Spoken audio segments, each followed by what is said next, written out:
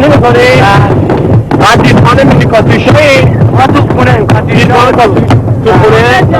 اجرای آتیش میشون داشتی؟ بعد بفرمایید تماشا کنیم تانکاشو ماشاءالله دو تا میره بالا همه بچه هم آرپیجی زن ها هم مینی هم موشک همه با هم همکاری میکنن تانکاشو میزنن ببین تو حتی 50 تا الله اکبر همه شد تغییر بده